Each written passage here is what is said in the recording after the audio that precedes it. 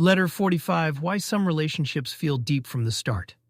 Dear Ada, every so often you meet someone and the connection feels instant, as if you've known them for years. The conversation flows easily. Your guard lowers without effort. Something in you relaxes or awakens or both. It doesn't feel like meeting a stranger.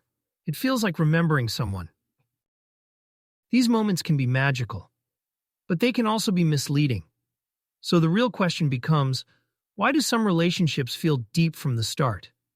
What is actually happening beneath that sense of familiarity? There are three main reasons, each beautiful, each dangerous if misunderstood. 1. You share matching emotional rhythms. Some people simply move at the same emotional tempo you do. They pause where you pause. They laugh where you laugh. They respond with a kind of attunement that feels effortless.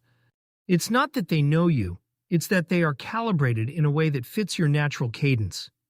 This can feel like destiny, but it's really resonance. 2. Their patterns mirror yours, and for better or worse. Familiarity is powerful. Sometimes someone feels deep because their emotional patterns echo your own history. Their avoidance matches the distance you once learned to tolerate. Their anxiety matches the intensity you once learned to respond to. Their warmth resembles someone who once protected you. Their volatility resembles someone who once destabilized you. Be careful. Familiar does not always mean healthy. Sometimes your nervous system recognizes a pattern long before your mind does, and it mistakes recognition for depth. 3. They turn toward your inner world instead of away from it. Some people are naturally perceptive. They notice things others overlook.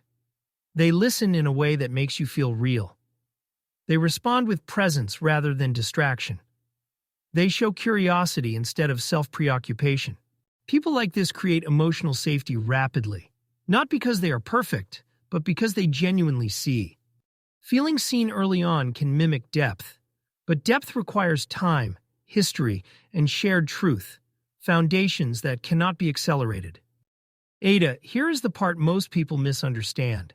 Early depth is a signal, not a conclusion. It tells you that something meaningful is possible, not that it already exists. Depth is not the feeling you experience at the beginning. Depth is the way the relationship behaves when the first layer of magic wears off. The real depth test is, what happens when the excitement fades? What happens when the differences appear? What happens when both of you show the parts that are less polished, less charming, less easy? Does the connection widen or shrink? Do you become more honest or more guarded? Do you feel more yourself or less yourself? Do they stay curious or become defensive? Do you grow closer or revert to patterns you thought you outgrew? Early depth can be a gift, but only if you honor it with discernment. Some instant connections become life-changing partnerships. Others become painful lessons. Your task is not to avoid early depth, but to understand it. Let it open the door. Do not let it carry you blindly through it. The truth is simple. Real depth is not discovered. Real depth is built, slowly, gently, with truth, consistency, and time. Trust the feeling of early depth. Enjoy it. Let it spark something. But let time reveal what kind of depth it truly is. A friend on the road ahead.